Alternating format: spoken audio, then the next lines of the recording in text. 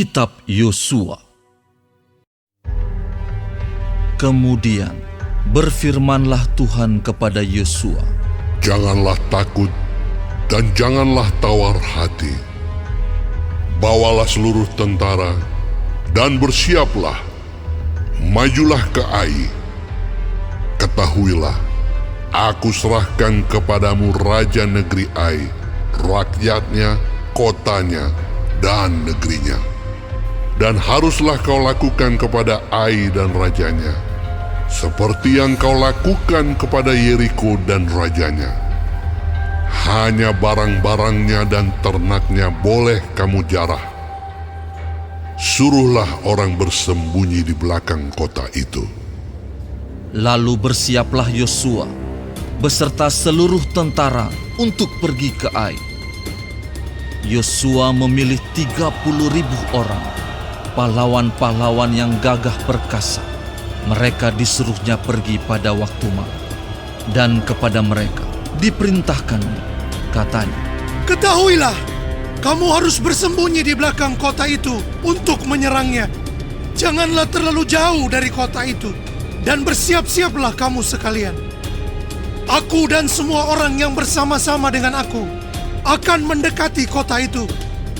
Apabila mereka keluar menyerbu kami, seperti yang pertama kali, maka kami akan melarikan diri dari hadapan mereka. Jadi mereka akan keluar menyusul kami, sehingga kami memancing mereka jauh dari kota itu. Sebab mereka akan berkata, 'Orang-orang itu melarikan diri dari hadapan kita, seperti yang pertama kali.' Jika kami melarikan diri dari hadapan mereka, maka kamu harus bangun dari tempat persembunyianmu itu untuk menduduki kota itu, dan Tuhan Allahmu akan menyerahkannya ke dalam tanganmu. Segera setelah kamu merebut kota itu, haruslah kamu membakarnya. Sesuai dengan firman Tuhan, kamu harus melakukan semuanya itu. Ingatlah, itulah perintahku kepadamu." Demikianlah Yosua menyuruh mereka pergi. Lalu berjalanlah mereka ke tempat persembunyian dan tinggal di antara Betel dan Ai, di sebelah barat Ai. Tetapi Yosua bermalam di tengah-tengah rakyat pada malam itu. Keesokan harinya, Yosua bangun pagi-pagi. Lalu diperiksanyalah barisan bangsa itu, dan berjalanlah ia maju, beserta para tua-tua orang Israel di depan bangsa itu ke Ai. Juga seluruh tentara yang bersama-sama dengan dia berjalan maju. Mereka maju mendekat, lalu sampai ke tentangan kota itu. Kemudian berkemahlah mereka di sebelah utara Ai, sehingga lembah itu ada di antara mereka dan Ai. Yosua telah mengambil kira-kira 5.000 orang, lalu disuruhnya mereka bersembunyi di antara Betel dan Ai, di sebelah barat kota itu. Beginilah rakyat itu diatur. Seluruh tentara itu di sebelah utara kota, dengan barisan belakang di sebelah barat kota. Pada malam itu, berjalanlah Yosua melalui lembah itu. Pagi-pagi, ketika raja negeri Ai melihat hal itu, maka ia dan seluruh rakyatnya, orang-orang kota itu, segera keluar berperang, menyerbu orang Israel ke lereng di seberang dataran itu. Raja itu tidak tahu bahwa ada orang bersembunyi di belakang kota. Yosua dan seluruh orang Israel itu berlaku seolah-olah dipukul mundur oleh mereka, lalu melarikan diri ke arah padang gurun. Sebab itu, semua orang yang ada di kota dikerahkan untuk mengejar orang Israel.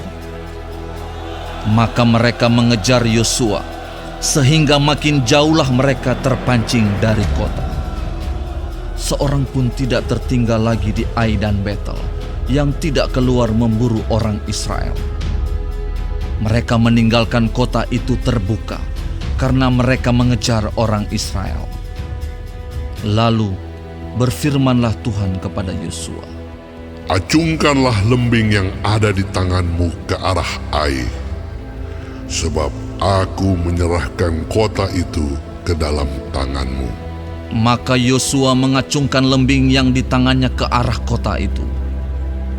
Ketika diacungkannya tangannya, maka segeralah bangun orang-orang yang bersembunyi itu dari tempatnya. Mereka berlari memasuki kota, merebutnya, lalu segera membakar kota itu. Ketika orang Ai berpaling menoleh ke belakang, tampaklah asap kota itu naik membubung ke langit. Mereka tidak sempat melarikan diri kemanapun juga, sebab rakyat yang tadinya lari ke padang gurun berbalik melawan pengejar-pengejarnya. Ketika Yosua dan seluruh Israel melihat bahwa orang-orang yang bersembunyi itu telah merebut kota dan bahwa asap kota itu naik membubung, berbaliklah mereka lalu menewaskan orang-orang Ai. Sementara itu juga keluar orang-orang Israel yang lain dari dalam kota menyerbu orang-orang Ai, sehingga terjepit di tengah-tengah orang Israel itu, yang ini dari sini dan yang itu dari sana.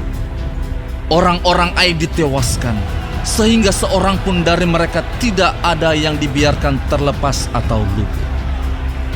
Tetapi Raja Ai ditangkap mereka hidup-hidup dan dihadapkan kepada Yosua. Segera sesudah orang Israel selesai membunuh seluruh penduduk kota Ai di padang terbuka, kemana orang Israel mengejar mereka. Dan orang-orang ini semuanya tewas oleh mata pedang sampai orang yang penghabisan. Maka seluruh Israel kembali ke Ai dan memukul kota itu dengan mata pedang. Jumlah semua orang yang tewas pada hari itu, baik laki-laki maupun perempuan, ada 12.000 orang, semuanya orang Ai. Dan Yosua tidak menarik tangannya yang mengacungkan lembing itu sebelum seluruh penduduk kota Ai ditumpasnya. Hanya ternak dan barang-barang kota itu dijarah oleh orang Israel sesuai dengan firman Tuhan yang diperintahkannya kepada Yosua. Yosua membakar Ai dan membuatnya menjadi timbunan puing untuk selama-lamanya, menjadi tempat yang tandus sampai sekarang. Dan Raja Ai digantungnya pada sebuah tiang sampai petang.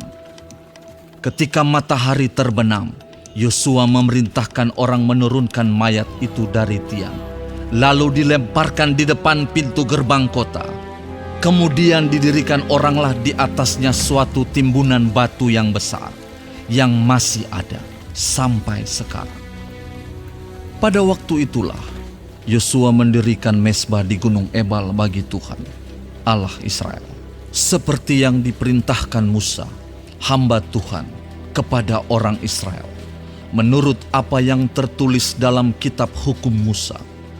Suatu mezbah dari batu-batu yang tidak dipahat, yang tidak diolah dengan perkakas besi apapun. Di atasnya lah mereka mempersembahkan korban bakaran kepada Tuhan dan mengorbankan korban keselamatan. Dan di sanalah di atas batu-batu itu dituliskan Yosua salinan hukum Musa yang dituliskannya di depan orang Israel. Seluruh orang Israel, para tua-tuanya, para pengatur pasukannya, dan para hakimnya berdiri sebelah menyebelah tabut, berhadapan dengan para imam yang memang suku Lewi, para pengangkat tabut perjanjian Tuhan itu, baik pendatang maupun anak negeri. Setengahnya menghadap ke Gunung Gerizim, dan setengahnya lagi menghadap ke Gunung Ebal, seperti yang dahulu diperintahkan oleh Musa, hamba Tuhan, apabila orang memberkati bangsa Israel. Sesudah itu dibacakannya lah segala perkataan hukum Taurat, berkatnya dan kutuknya, sesuai dengan segala apa yang tertulis dalam kitab hukum. Tidak ada sepatah kata pun dari segala apa yang diperintahkan Musa yang tidak dibacakan oleh Yosua kepada seluruh jemaah Israel dan kepada perempuan-perempuan dan anak-anak dan kepada pendatang yang ikut serta.